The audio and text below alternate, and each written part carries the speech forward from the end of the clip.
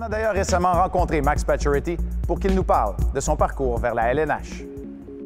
I played in Connecticut, and hockey wasn't that big where I grew up at the time, but the game has grown a lot, so it's really nice to see that players like myself and a couple other guys who went far kind of changed the mindset of hockey in the Connecticut area. I always tell the story that no one in my family ever played hockey. There was a sign-up sheet at the rink where I was going to free skate.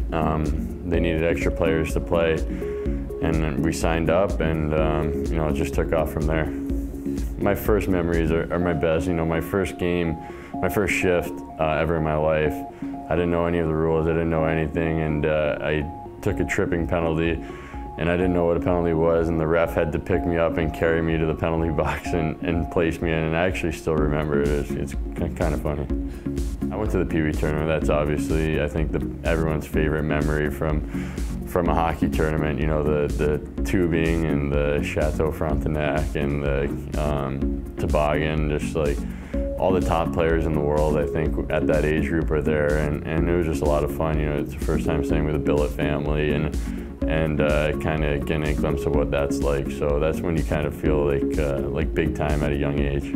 Well, as I got older, I think my high school coach, Dan Murphy, I went away to boarding school for hockey, so it's a tough decision to leave home, but my coach there at Taft, Dan Murphy, really looked out for me and took me under his wing, and I think he was very strict, and it made, you know, the years to come a lot easier on me, kind of having that maturity set in place at a young age, and I think those 2 years I was there, when I look back on it, were probably my biggest developmental years for my career.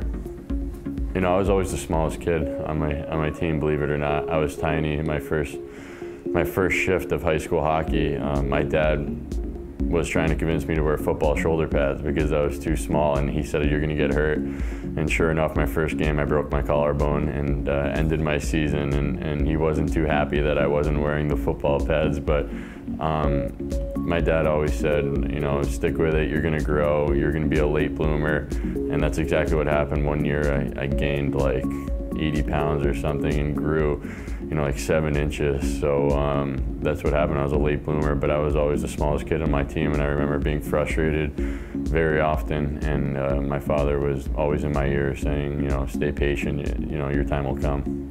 And I think a big reason why I started playing hockey was because of the Rangers Stanley Cup win in '94. So I know Mark Messier was huge for the reason why I played hockey, and when he went to New York, and his job was to help them win a cup, and he delivered on it. And I think that's when hockey kind of took off in my area. I think people started to take recognition of the Rangers, and a lot more hockey fans around, and a big reason why I'm playing today.